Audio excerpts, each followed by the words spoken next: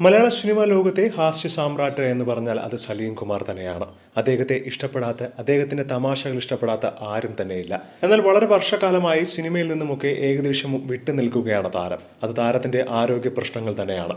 കരൾ സംബന്ധമായ അസുഖത്തെ തുടർന്ന് ഒരുപാട് വർഷം സിനിമയിൽ നിന്നും വിട്ടുനിന്ന് ആശുപത്രിയിൽ കഴിഞ്ഞിട്ടുള്ള ഒരു വ്യക്തി കൂടിയായിരുന്നു.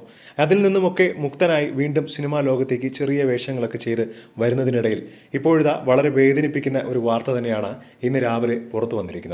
നടൻ സലീം കുമാറിനെ ആരോഗ്യ പ്രശ്നങ്ങളെ തുടർന്ന് വീണ്ടും ഇപ്പോൾ ആശുപത്രിയിൽ പ്രവേശിപ്പിച്ചിരിക്കുകയാണ്. കൊച്ചി അമൃത ആശുപത്രിയിൽ തന്നെയാണ് ഇത്തവണയും പ്രവേശിപ്പിച്ചത്. നേരത്തെ തന്നെ പറഞ്ഞിട്ടുണ്ടായിരുന്നു തന്റെ അസുഖം മാറ്റിയത് അമൃത ആശുപത്രി തന്നെയായിരുന്നുവെന്നും അമ്മയുടെ അനുഗ്രഹം കൊണ്ട് മാത്രമാണ് എനിക്ക് അസുഖം പൂർണ്ണമായും ഭേദമായത് എന്ന്.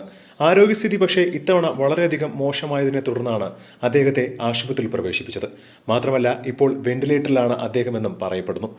ഡോക്ടർമാരുടെ വിദഗ്ധ സംഘം ഇപ്പോൾ പരിശോധന തുടരുകയാണ്. ഈ അടുത്തിടെയും ഒരു പൊതുപരിപാടിയിൽ പങ്കെടുത്തപ്പോൾ വല്ലാത്ത അവസ്ഥയിൽ തന്നെയായിരുന്നു അദ്ദേഹം. അദ്ദേഹത്തിന്റെ രോഗവിവരം അറിഞ്ഞ് ആശുപത്രിയിൽ പ്രവേശിപ്പിച്ചതിനെ തുടർന്ന് ഒരുപാട് പേരാണ് അദ്ദേഹത്തിനൊന്നും സംഭവിക്കില്ലെന്നും സലീം കുമാർ എത്രയും വേഗം തന്നെ ജീവിതത്തിലേക്ക് പഴയ ഊർജ്ജസ്വത്തോടുകൂടി തിരിച്ചു വരും എന്നുള്ള കമന്റുകളാണ് സമൂഹ മാധ്യമങ്ങൾ അറിയിക്കുന്നത്.